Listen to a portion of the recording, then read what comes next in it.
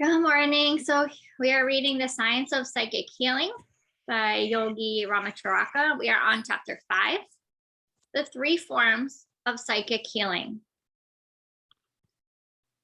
As we stated at the close of our last chapter, the control of the cells manifesting physical disease might be accomplished by the several forms of psychic healing, which may be considered in 3 forms known as 1. Pranic healing, or the healing by sending of prana or vital force to the affected parts, thereby stimulating the cells and tissues to normal activity. The result being that the waste matter is ejected from the system and normal conditions restored. This form of healing is known in the Western world as magnetic healing, etc., and many cures have been made by reason thereof, although many of the healers have not known the principles underlying the work.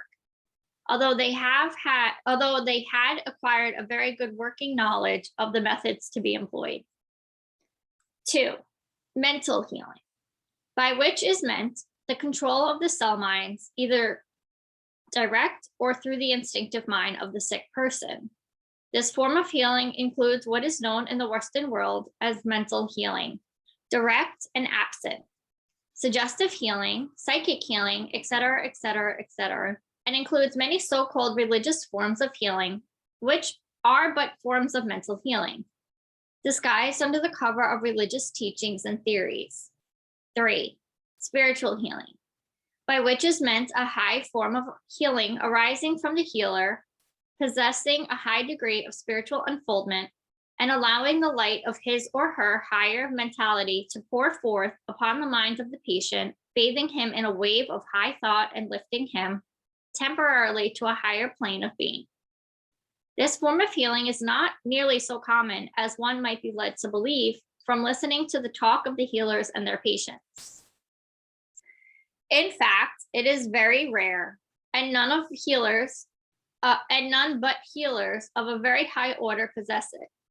Many who think that they have it are simply using the ordinary methods of mental healing and have not the slightest idea of what true spiritual healing consists. But no harm is done so long as the results are obtained, and we merely mention the matter here, that the reader may form a clear idea of the entire subject. Each of these forms of psychic healing will be considered in turn as we proceed. The principal point to be remembered at this point is that at the last of all forms of psychic healing are the forms of mental healing. Even the healing by prana is mental healing, for the prana is moved by the mind, and in fact is the power of mind itself, as we shall see presently. The disease or trouble is called physical, that is manifest in the cells of the physical body, and if we examine it closely, we will see that it is really a mental trouble of the particular cells affected. And consequently, the only way a cure may be effected is by reaching the mental part of the cell and rousing it to normal activity. This may be accomplished in many ways, but all ways at the last are mental ways. For it is not the way that works to cure, but the mind that it is roused by the way. These points will be brought out as we proceed. In our next chapter, we shall consider the form of psychic healing called pranic healing. Oh, that was a fast chapter. Chapter 6, the principles of pranic healing. Before we can understand pranic healing, we must understand something about prana. Prana is the name given by the yogi philosophers to vital force or energy, which is found within the body of every living thing. It may be called the life force. At the last, prana is known to be mental in its nature and is the energy of the mind of the universe. But in order to avoid metaphysical distinctions in this book, let us follow the usual custom of treating prana as an independent thing, just as we do mind and matter. The yogis teach that prana is a universal principle, a something pervading all space, and together with mind and matter, composing the threefold manifestation of the absolute. Leaving aside the manifestations of prana in the forms of force, known as electricity, heat, light, etc., let us consider it in the manifestation of vital force, which is the only aspect with which we are concerned in this book. Prana is the force by which all activity is carried on in the body, by which all bodily movements are possible, by which all functioning is done, by which all signs of life manifest themselves. We have described prana at considerable length in our other books and do not desire to repeat ourselves and to take up space in such repetitions any more than can be avoided. Briefly, however, we may say that prana is that principle of life which is found in the air, water, food, etc., from which the living organism absorbs it to use in the work of the body. We advise all students of this book to read either The Science of Breath or else Hatha Yoga in order to gain a fuller idea of the subject of prana. In the books named, we have given many exercises whereby prana may be stored up and acquired and how it may be used, and also how it may be used. The general principles of pranic healing rest on the fact that prana may be transferred or transmitted from one person to another in many ways. The usual method and the most effective is to use the hands and make passes over the sick person, and at the same time directing a current of prana to the affected part, thereby stimulating and stirring into activity the sluggish cell groups. The prana so transferred acts as a bracing tonic to the patient and invigorates and strengthens him wonderfully, besides tending to produce the local improvement just noted. Prana may also be sent to the patient in shape of energized thought, directed from the mind of the healer.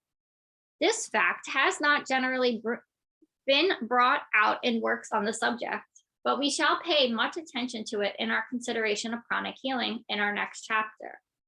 In fact, very wonderful healing work may be performed by those methods alone, without reference to the other phases of healing.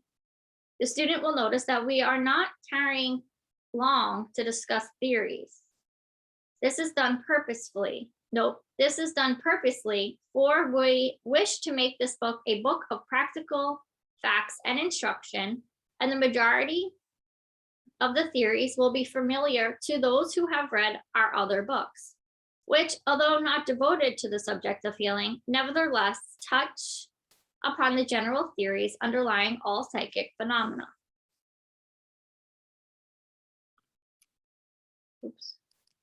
Healing of the sick by means of laying on of hands has been known from the earliest days of the race. As far back in history as we are able to go, we may find trace of this practice. And it is only fair to surmise that before the days of writing history, the custom was likewise prevalent. It is found among all races of people today, even among the savage races. It seems to have arisen from an instinctive conviction in the mind of man that healing lay in that direction. The Indians, the Egyptians, the Jews, the Chinese of ancient days were perfectly familiar with this form of healing. In Egypt, the ancient carvings in the rocks show healers treating patients by placing one hand on the stomach and the other on the back. And the early explorers of China report that similar practices were common there. The Old Testament is full of instances of this form of healing. And we also find cases mentioned in the New Testament. St. Patrick is reported to have healed the blind in Ireland by placing his hands upon their eyes. St. Bernard is reported as having cured 11 blind people and to have enabled 18 lame persons to regain the use of their limbs all in one day. And in Cologne, he is reported to have cured 12 lame people, also 3 dumb persons and 10 deaf ones, all by means of the laying on the hands. Laying on of hands. The history of the early church is full of instances of this sort. And making allowance for the romantic tales that always arise in such cases, we may see that much good and effective work is done by these people in this way.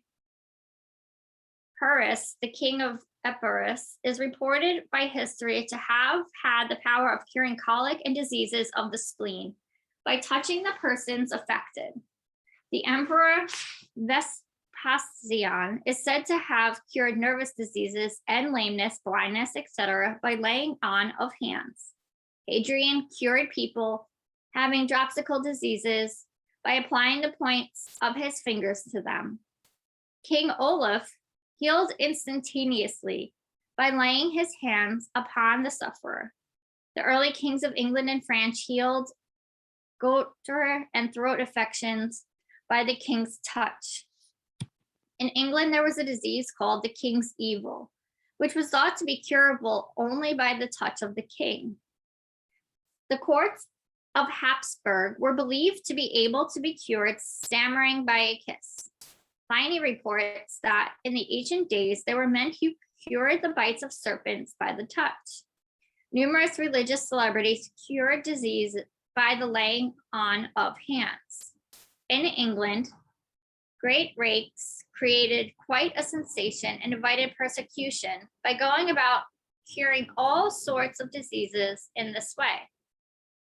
His success in curing diseases that had been thought to be curable by king's touch caused many to regard him as a pretender to the throne. In the 17th century, a gardener named Leverett performed wonderful cures in the streets of London by stroking the afflicted with his fingers. In 1817, a Sicilian innkeeper named Richter cured thousands of people by applying his hands to them. So you see, the fact of chronic healing has made itself apparent in all ages and among all people, and those having sufficient confidence in themselves to perform cures were looked upon as specially gifted persons. But the fact is that the gift is one common to the race and may be manifested by anyone who has sufficient confidence in himself to try it, and who has sufficient earnestness to throw his heart into the work. The old yogi teachers of over 25 centuries ago had reduced this form of healing to a science, and traces of their knowledge filtered out to all parts of the world. The Egyptians obtained their knowledge from the great yogi teachers and established schools of their own. The Greeks obtained a similar knowledge from India and Egypt, and the Hebrews and Assyrians are believed to have attained theirs through Egyptian channels. The early Greek physicians performed their principal cures by laying on of hands and manipulation of the affected parts of the body. With them, the healing process was something belonging to the orders of the priesthood, and the general public were not allowed to participate in its mysteries. Hippocrates has written, the affections suffered by the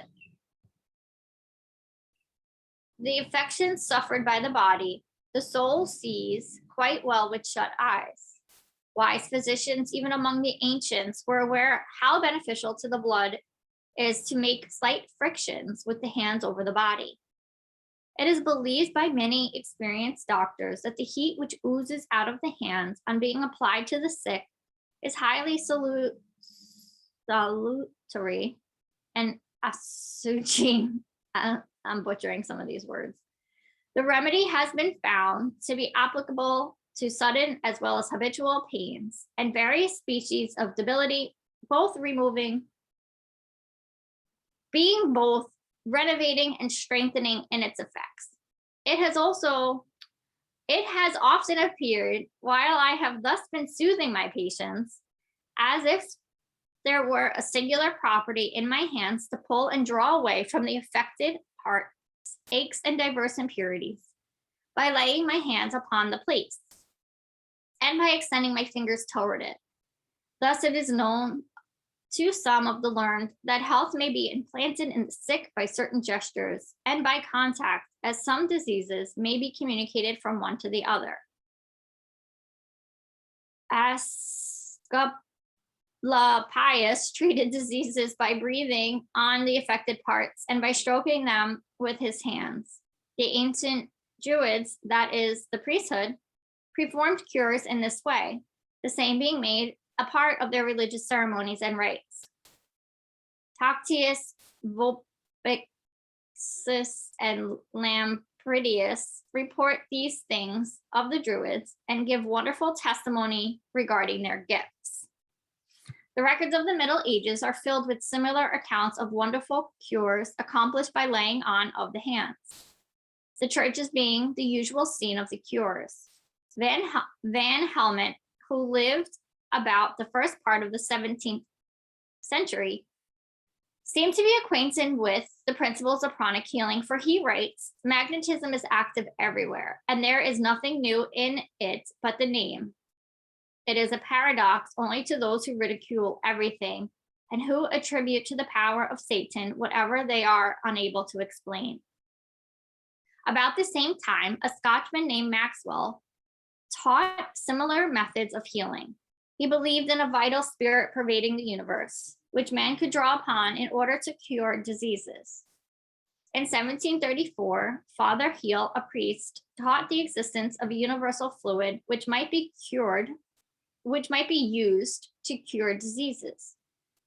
He made many wonderful cures, but was driven out of the church for possessing the power of the devil and using witchcraft. Mesmer taught the theory of animal magnetism and the accomplished cures by its aid, always using his hands and applying it.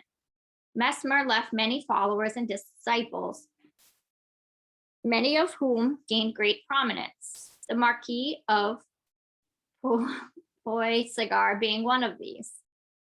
In Germany, Mesmer's doctrines and those that grew of them gained great popularity and prominence. Bremen was a great center of the animal magnetism doctrine, and from there it spread all over Germany. The Prussian government took a great interest in the matter and established a hospital for the cure of diseases by magnetic treatment. Various continental governments passed rigid laws keeping the magnetic treatments in the hands of the medical fraternity. And so, from country to country, the new doctrine spread, often repressed by governmental interference, urged on by medical opposition. It still flourishes in various forms and under different theories. During the past 10 years, it has gained great prominence in America and Great Britain, both from the various schools of medical healing as well as from the tremendous growth of the New Thought movement. Many theories have been evolved to account for it, ranging from the purely material ones to religious conceptions. But notwithstanding the theories, the work went on, and cures were accomplished. The laying on of hands played a prominent part in nearly all these forms of healings, in spite of their theories or names of their schools. Many people still believe that this form of healing is some sort of special gift inherent in and bestowed upon certain individuals. But this is not so, for the gift of healing is inherent in each person, although some attain more proficiency than others by reason of their peculiar temperamental adaptability for the work, and all may cultivate and develop this gift. We do not care to devote a great deal of space to the theory underlying pranic healing, for all the various forms of healing by laying on of hands really comes under this head, in spite of conflicting theories and names. But we may as well briefly run over the fundamental ideas underlying the subject. Perhaps the better way would be to identify the word prana with that which we recognize as vital force. So we will use the word vital force in this chapter in our work of explaining the nature of prana. Vital force is that which underlies all physical action of the body. It is which causes the circulation of the blood, the movements of the cells, in fact, all the motions upon which depend the life of the physical body. Without this vital force, there could be no life, no motion, no action.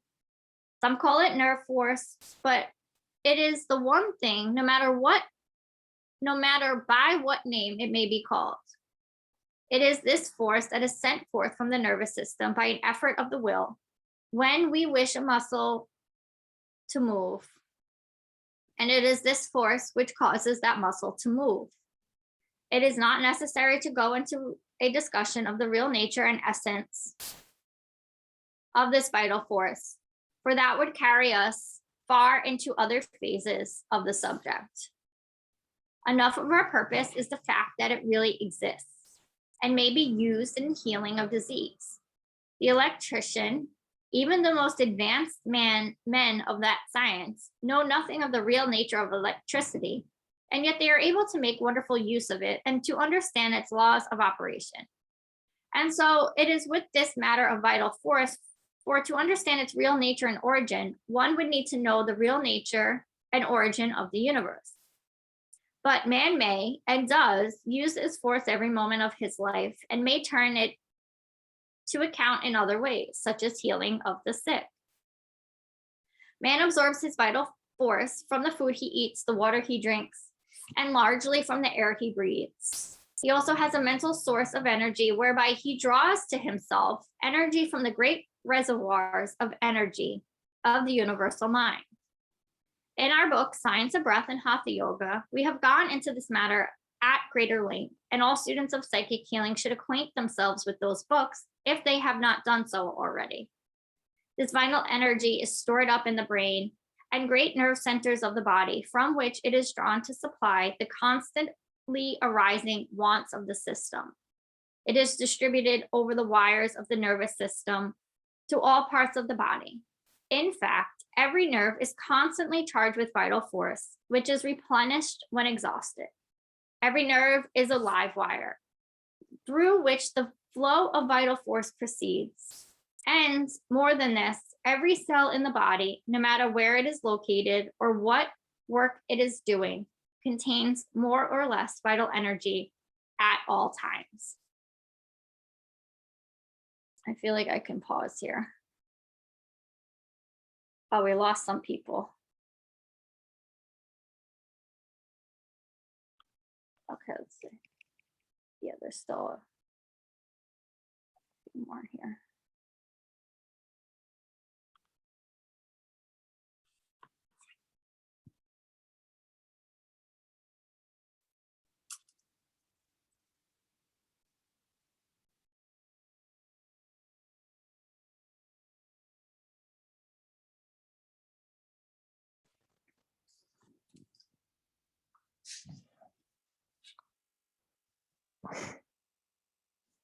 Do pranayama? Yep. I just wanted to write down where we were so I didn't forget. Oh, okay. Yeah.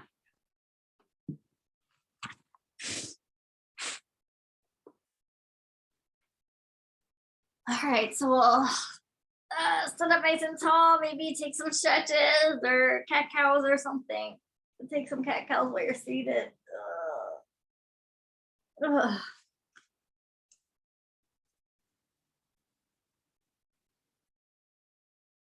Getting into that straight, strong spine, standing, sitting, laying down.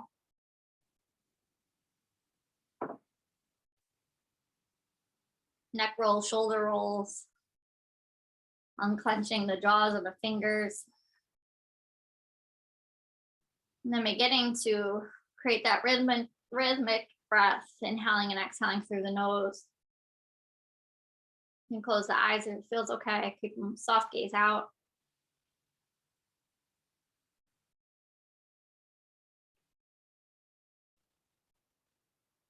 Breathing deep into the low belly, and then letting all the air out. And we'll take our right hand over to our face and close the right nostril with the thumb. Inhale through the left. Close left with the ring finger. Exhale right. Inhale right. Close right. Exhale left. Inhale left. Close left. Exhale right. Inhale right. Close right. Exhale left. Inhale left. Close left. Exhale right. Inhale right. Close right. Exhale left. 3 more rounds on your own breath.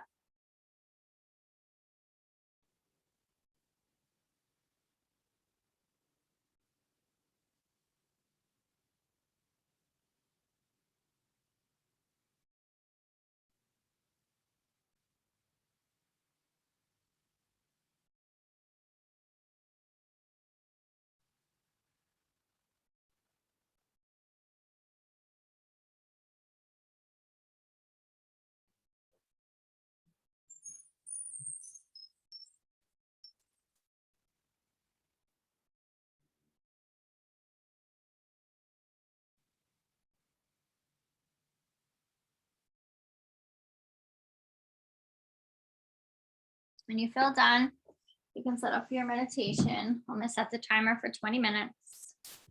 You'll join us when you're ready if you're not already there.